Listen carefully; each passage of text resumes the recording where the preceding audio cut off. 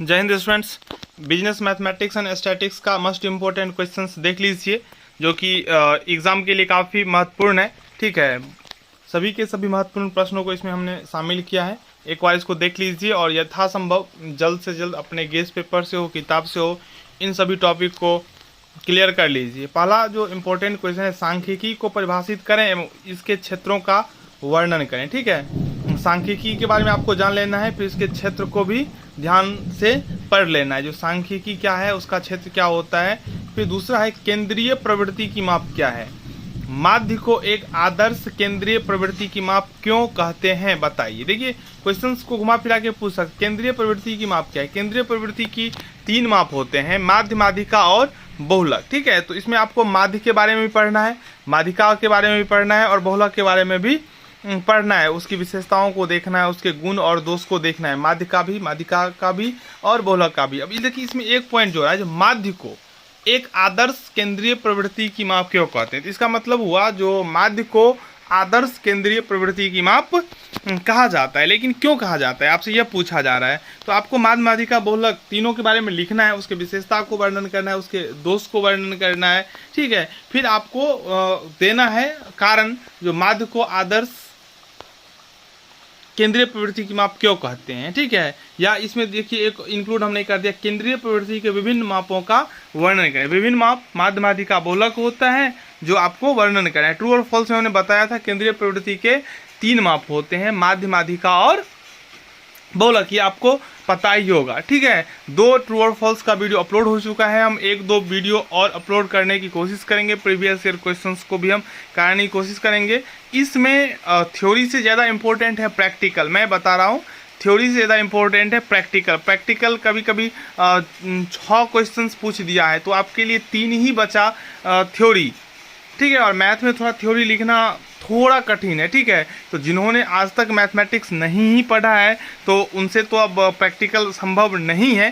फिर भी 1 से 2 क्वेश्चंस ऐसा है जो आप अगर सीख लेंगे, बहुत इजी है। माध्य, माध्यिका और बहुलक निकालना, इसमें से एक क्वेश्चन रहेगा ही, लिख के ले लीजिए। माध्य, माध्यिका, बहुलक में से एक क्वेश्चन रहना ही है, तो आप इसको देख लेंगे तो 20 नंबर आप आराम से ला सकते हैं। फिर आपको उधर से अपकिरण की माप में से माध्य विचलन और प्रमाप विचलन, अगर ये पढ़ लेते हैं, और चतुर्थक विचलन, ये 3 टॉपिक अगर आपको आता है तो एक क्वेश्चन समझिए और आपको 20 मार्क्स का प्रैक्टिकल बन जाएगा। ठीक है, और एक क्वेश्चन रहेगा मैथमेटिक्स, जो बिजनेस मैथमेटिक्स है, उसमें बहुत सारे चैप्टर है जो आपको पढ़ना है। लाभ हानि, साधारण ब्याज, चक्रवृद्धि ब्याज, प्रतिशतता, अनुपात, समानुपात, एपी, जीपी, एचपी। तो अब जो समय है उसमें आप उतना मेहनत कर नहीं सकते हैं और इतना आप पढ़ नहीं सकते हैं, तो जो आपसे हो सकता है वो कीजिए और थ्योरी पढ़ लीजिए।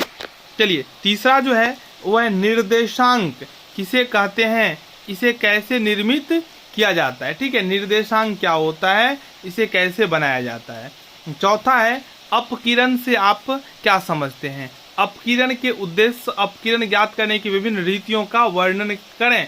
अपकिरण हम किस किस चीज़ के थ्रू निकालते हैं, किस किस माप के थ्रू निकालते हैं, उसका आपको वर्णन करना है एक एक करके। तो इसमें क्या है, तो आपको थोड़ा ज़्यादा पढ़ना पड़ेगा और रिलेट करके लिखना पड़ेगा, क्योंकि आपको नंबर चाहिए तो आपको मिनिमम 4 पेज में लिखना है। ठीक है, क्योंकि एक पेज का 5 मार्क निर्धारित है। 4 पेज में लिखेंगे तो 20 मार्क्स मिलेगा, 3 पेज में लिखेंगे तो 15 मार्क्स मिलेगा। ठीक है, आपने क्या लिखा, ये उतना मैंने नहीं करता है जितना आपका पेज भरा हुआ वो मैंने रखता है। तो आप कोशिश कीजिए अधिक से अधिक पेज भरने का। पेज भरा रहेगा तो आपको नंबर मिलेगा ही। चलिए, 5वां जो है उसमें हम कुछ टिप्पणी लिखने के लिए देखे होंगे आप।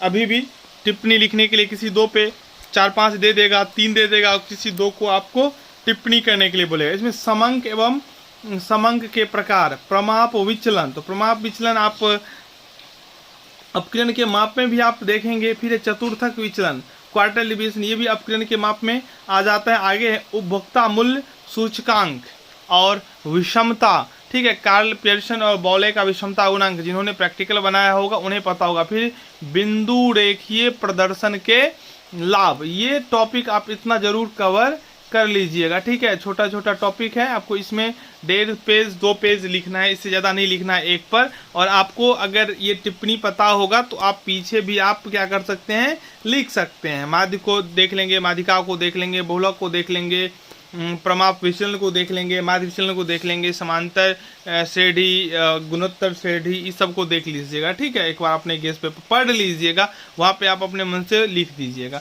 छठा है समांतर श्रेणी से आप क्या समझते हैं, समांतर श्रेणी की उपयोगिता को बताइए। समांतर श्रेणी क्या होता है ये आपको बताना है। तो इसमें आप क्या कीजिएगा, तो मैं आपको ट्रिक दे देता हूँ यहाँ पे। समांतर श्रेणी इसका 4-5 आप उदाहरण दे दीजिएगा। देखिए ये एपी, जैसे देखिए 4 4 3 7 3 10 3 13 3 16 डॉट डॉट डॉट, ये एपी हो गया। देखिए अब देखिए ये देखिए एपी है, क्यों एपी है, तो इसमें 7 घटे 4 बराबर 3, डी 3 हो गया, फिर 10 घटे 7 बराबर 3, डी 3 हो गया। ऐसे लिखना है, आगे नहीं कीजिएगा, ठीक है, नीचे बढ़ाते जाइएगा। इससे क्या होगा, तो आपका पेज बढ़ जाएगा। फिर आगे 13 घटे 10 बराबर 3, यहाँ पे हम देख रहे हैं ना, प्रत्येक अगले संख्या में से पिछले संख्या को अगले संख्या में पिछले संख्या घटाते हैं तो शेष जो है ना हमेशा समान आता है, तो इसे हम लोग समांतर श्रेणी कहते हैं। फिर एक ले लेंगे, देखिए 4 7, फिर ले लेंगे 10, ले लेंगे 12, तो यहाँ देखेंगे 3 शेष आया, यहाँ 3 शेष आया,